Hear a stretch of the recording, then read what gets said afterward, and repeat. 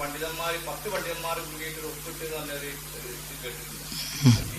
അതെ, അത് അതിന് മുമ്പുണ്ടായ ഒരു ചർച്ച, PNന്റെ നേതൃത്വത്തിൽ നടന്ന ഒരു ചർച്ച, അതാണ് ഈ സാധനം. ജിന്നസിർ വിഷയങ്ങളും മടപടികളും കാപ്പറ്റും എന്ന പേര് പിന്നെ അത് പുറത്തിറങ്ങിയിട്ടുണ്ട്. ഇതില് PNന്റെ നേതൃത്വത്തിൽ ഉണ്ടായ ചർച്ച, അത് PN വിളിച്ചു കൂട്ടിണ്ടാക്കിയതായിരുന്നു. അതിൽ ഒരുപാട് കാര്യങ്ങൾ ചർച്ചയ്ക്ക് വന്നു. 21/6/2011 ചൊവ്വാഴ്ച രാവിലെ 9 മണി മുതൽ മദീനത്തുൽ ഉലൂം അറബി കോളേജ് ലൈബ്രറി ഓഡിറ്റോറിയത്തിൽ PN അബ്ദുൽ ലത്തീഫ് മദനി, കുഞ്ഞി മുഹമ്മദ് മദനി പറപ്പൂര് എന്നിവരുടെ സാന്നിധ്യത്തിൽ ജിന്നുബാധ, റുഖിയ ശർഇയ്യ എന്നിവ സംബന്ധിച്ച് മുജാഹിദ് പ്രവർത്തകർക്കിടയിൽ ആശയക്കുഴപ്പമുള്ള വിഷയങ്ങൾ സംബന്ധിച്ച് നടന്ന ചർച്ചയിൽ പങ്കെടുത്തവരും KNM KJ മുമ്പാകെ സമർപ്പിക്കുന്നതിനായി അവർ ഏകകണ്ഠമായി അംഗീകരിച്ച് ഒപ്പുവെച്ച കാര്യങ്ങളും: 1. ഖുർആന് കൊണ്ടും അള്ളാഹുവിന്റെ നാമങ്ങളും വിശേഷണങ്ങളും കൊണ്ടും ഖുർആനിലും സുന്നത്തിലും സ്വഹീഹായി വന്നിട്ടുള്ള ദിക്റുകൾ കൊണ്ടും രോഗശമനത്തിന് വേണ്ടി പ്രാർത്ഥിച്ചുകൊണ്ട് സുന്നത്തിന് സ്ഥിരപ്പെട്ട രീതിയിൽ നിർവഹിക്കുന്ന ഒന്നാണ് റുഖിയ ശർഇയ്യ. 2. റുഖിയ സ്വയം നിർവഹിക്കലാണ് ഏറ്റവും ഉത്തമം. മറ്റൊരാൾക്ക് ചെയ്തു കൊടുക്കുന്നതിനും വിരോധമില്ല. റുഖിയ നിർവഹിക്കുന്ന വ്യക്തി അത് തൊഴിലായി സ്വീകരിക്കുന്നതിനോ താൻ റുഖിയ ചെയ്യുന്നവനാണെന്ന് പരസ്യപ്പെടുത്തുന്നതിനോ ദീനിൽ മാതൃക ഇല്ല. കൂലി നിശ്ചയിക്കുന്നതിനും ന്യായമില്ല. അപ്പൊ ചെയ്യാം, മറ്റൊരാൾക്ക് ചെയ്തു കൊടുക്കാം. 3. ജിന്നുബാധ ഉണ്ടാകും എന്നത് യാഥാർത്ഥ്യമാണ്. പല കാരണങ്ങളാലും രോഗമുണ്ടാകുന്നത് പോലെ ജിന്നുബാധ മൂലവും രോഗമോ മറ്റു പ്രയാസങ്ങളോ ഉണ്ടാവാം. ആ സമയത്ത് രോഗശമനത്തിനായി സാധാരണ ചികിത്സ തേടുന്നതിനോടൊപ്പം റുഖിയ ശർഇയ്യ ചെയ്യാവുന്നതാണ്. 4. ഒരാളുടെ രോഗകാരണം ജിന്നു ബാധിച്ചതാണ് എന്ന് വഹ്യ് അനുസരിച്ച് നബി സ്വല്ലല്ലാഹു അലൈഹി വസല്ലമക്കല്ലാതെ മറ്റൊരാൾക്കും ഉറപ്പിച്ചു പറയാൻ സാധിക്കില്ല. അപ്പൊ ഇത് ജിന്നുബാധ തന്നെയാണെന്ന് ഉറപ്പിക്കണമെങ്കിൽ വഹ്യ് വേണം. മറ്റെന്ത് ചെയ്യാം?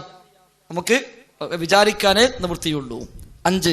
പിശാച്ച് മനുഷ്യരിൽ ശിർക്കിലേക്കും ബിദ്അത്തിലേക്കും ഹറാമിലേക്കും ഒക്കെ എത്തിക്കുന്ന വസ്വാസ് ഉണ്ടാക്കുന്നതാണ് ഏറ്റവും ഗൗരവമുള്ള സംഗതി. എന്നാൽ പിശാച്ച് തോന്നലുകൾക്ക് പുറമെ ശാരീരിക ഉപദ്രവങ്ങളും ഉണ്ടാക്കും. 6. റുഖിയയുടെ ഭാഗമായി അടിക്കുക പോലുള്ള സംഗതികൾ പ്രാമാണികമായി സ്ഥിരപ്പെട്ടതല്ല. 7. റുഖിയ ശർഇയ്യ നടത്തുന്ന വേളയിൽ ജിന്നുമായി സംസാരിക്കുന്നതോ ഏതെങ്കിലും തരത്തിലുള്ള തആമുൽ നടത്തുന്നതോ പാടുള്ളതല്ല. തആമുൽ എന്നാൽ ഇടപെടലുകൾ. 8. റുഖിയ ശർഇയ്യക്ക് വേണ്ടി പ്രത്യേക കേന്ദ്രങ്ങൾ നടത്തുന്നതിന് യാതൊരു മാതൃകയുമില്ല. അത്തരം കേന്ദ്രങ്ങൾ നടത്തുന്നതിനെ എതിർക്കേണ്ടതാണ്. 9. പിശാചിന്റെ സ്വാധീനത്തിൽ നിന്ന് കരകയറാൻ ആവശ്യമായ ഇസ്ലാമിക നിർദ്ദേശങ്ങൾ മുഴുവൻ ജനങ്ങൾക്ക് പഠിപ്പിക്കേണ്ടതാണ്. 10.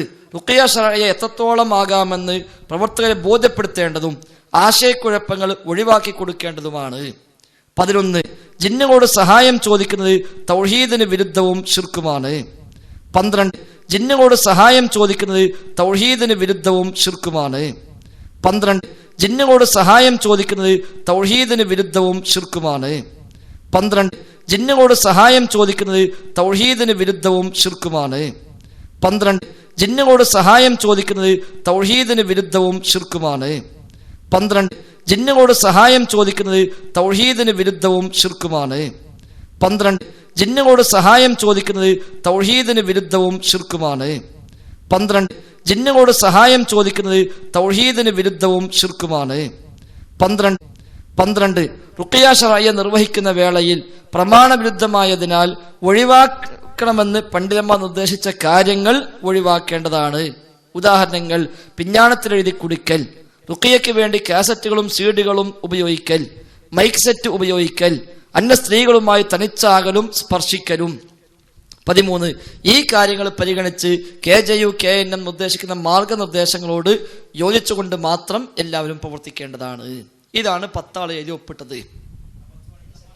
10 പണ്ഡിതന്മാർ: സി കുഞ്ഞി മുഹമ്മദ് പറപ്പൂര്, PN അബ്ദുൽ ലത്തീഫ് മദനി, M അബ്ദുറഹ്മാൻ സലഫി, KK സക്കരിയ സുലാഹി, അബൂബക്കർ അറിയണം എന്ന നിലയ്ക്ക് ഞങ്ങളൊക്കെ ഇറങ്ങിയത്. അല്ല, ജമിഅത്തുൽ ഉലമക്കെതിരല്ല, KNM-നെതിരല്ല. KNM-ന്റെയും KJU-വിന്റെയും ഈ പ്രഖ്യാപിത നിലപാട് 100% നമ്മളൊക്കെ അംഗീകരിക്കുന്നു. ഇതിന് വിരുദ്ധമായ ചില പ്രവർത്തനങ്ങൾ ഉണ്ടായപ്പോൾ ഇത് ശരിയല്ല.